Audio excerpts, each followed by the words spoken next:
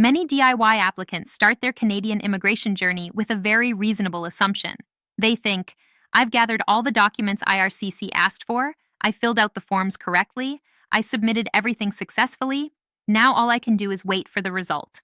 But in reality, this assumption is where many avoidable refusals begin. Over the years, I've seen many cases where applicants did almost everything right, yet still received a refusal.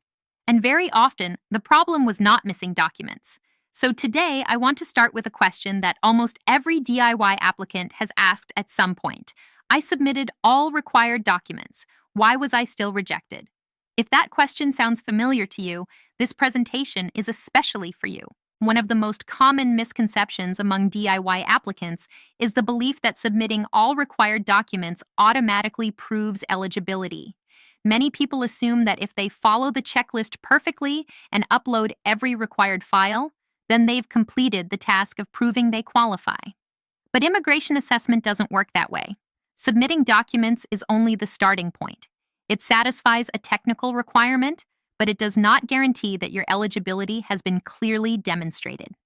This misunderstanding is one of the biggest reasons applicants feel confused and frustrated after receiving a refusal. Here's a critical distinction that every DIY applicant needs to understand. There is a big difference between submitting documents and proving eligibility. Submitting documents simply means you uploaded what the checklist asked for. It's an action.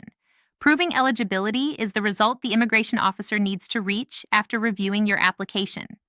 Many applicants fully understand their own situation, but they don't realize that the officer only knows what you show and explain through your documents.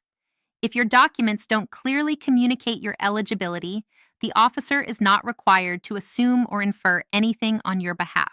This brings us to the concept of IRCC document review. First, let me be very clear about what it is not. It is not a filing service. It is not an approval. It is not a guarantee of success. An IRCC document review is a professional assessment conducted before you submit your application.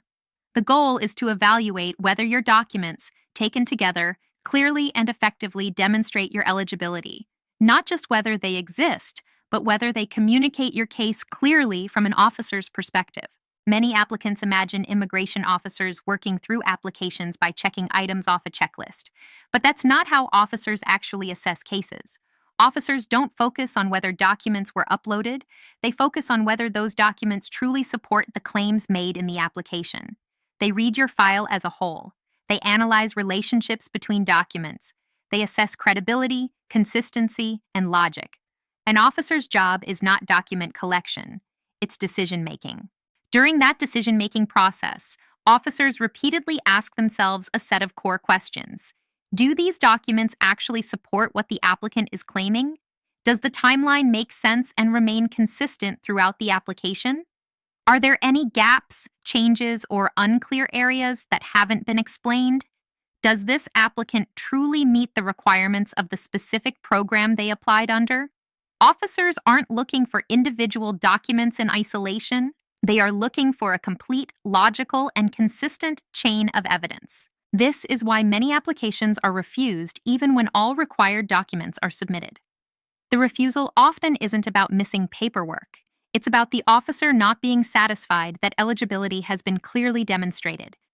In refusal letters, you'll frequently see language that reflects this concern: uncertainty, lack of clarity, or insufficient evidence to support claims. In many cases, the applicant had the qualifications, but the application didn't communicate them clearly enough. So what does a document review actually focus on? There are 4 main areas. First, consistency.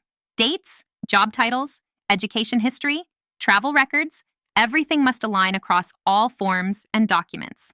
Second, clarity of explanation. If there are gaps, career changes, or unusual timelines, they need to be explained clearly and directly. Third, evidence alignment. Every major claim should be supported by appropriate evidence, not just general or loosely related documents. Fourth, program matching. Different immigration programs assess risk differently. Your documents must support the specific pathway you chose. It's equally important to understand the boundaries of a document review. A review does not submit your application. It does not communicate with IRCC. It does not change eligibility rules. and it does not guarantee approval. What it does is improve the quality of your submission. By viewing your application through an immigration officer's lens, a document review helps reduce misunderstandings, inconsistencies, and avoidable weaknesses before submission. So here's the key takeaway. A document review is not a shortcut, but it is a rational and practical risk management tool. Fixing problems after a refusal often takes more time, costs more money, and creates more stress. Addressing clarity and consistency issues before submission is usually far more efficient. For DIY applicants who want to give their application the strongest possible chance, adding a professional perspective before submission is often well worth considering.